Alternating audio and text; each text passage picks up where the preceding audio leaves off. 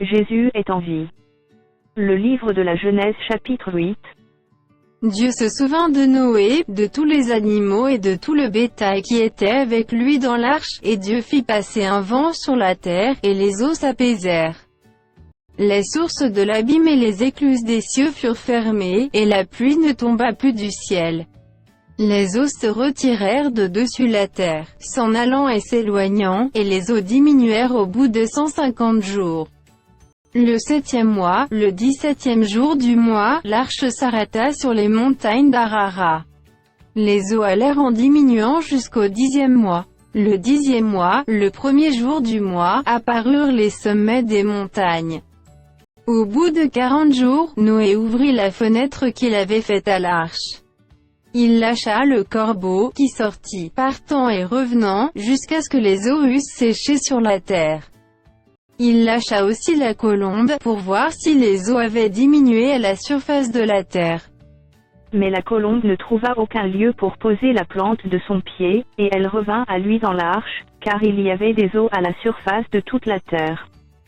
Il avança la main, la prit, et la fit rentrer auprès de lui dans l'arche. Il attendit encore 7 autres jours, et il lâcha de nouveau la colombe hors de l'arche. La colombe revint à lui sur le soir, et voici, une feuille d'olivier arrachée était dans son bec. Noé connut ainsi que les eaux avaient diminué sur la terre. Il attendit encore 7 autres jours, et il lâcha la colombe. Mais elle ne revint plus à lui. L'an 601, le 1er mois, le 1er jour du mois, les eaux avaient séché sur la terre.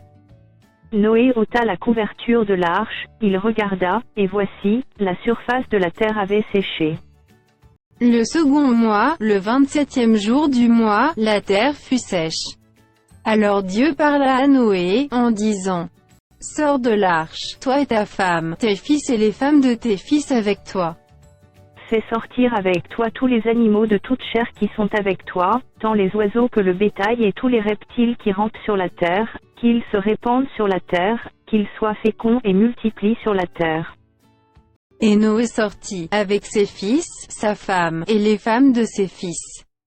Tous les animaux, tous les reptiles, tous les oiseaux, tout ce qui se meut sur la terre, selon leurs espèces, sortirent de l'arche. Noé bâtit un autel à l'Éternel, il prit de toutes les baies pures et de tous les oiseaux purs, et il offrit des holocaustes sur l'autel.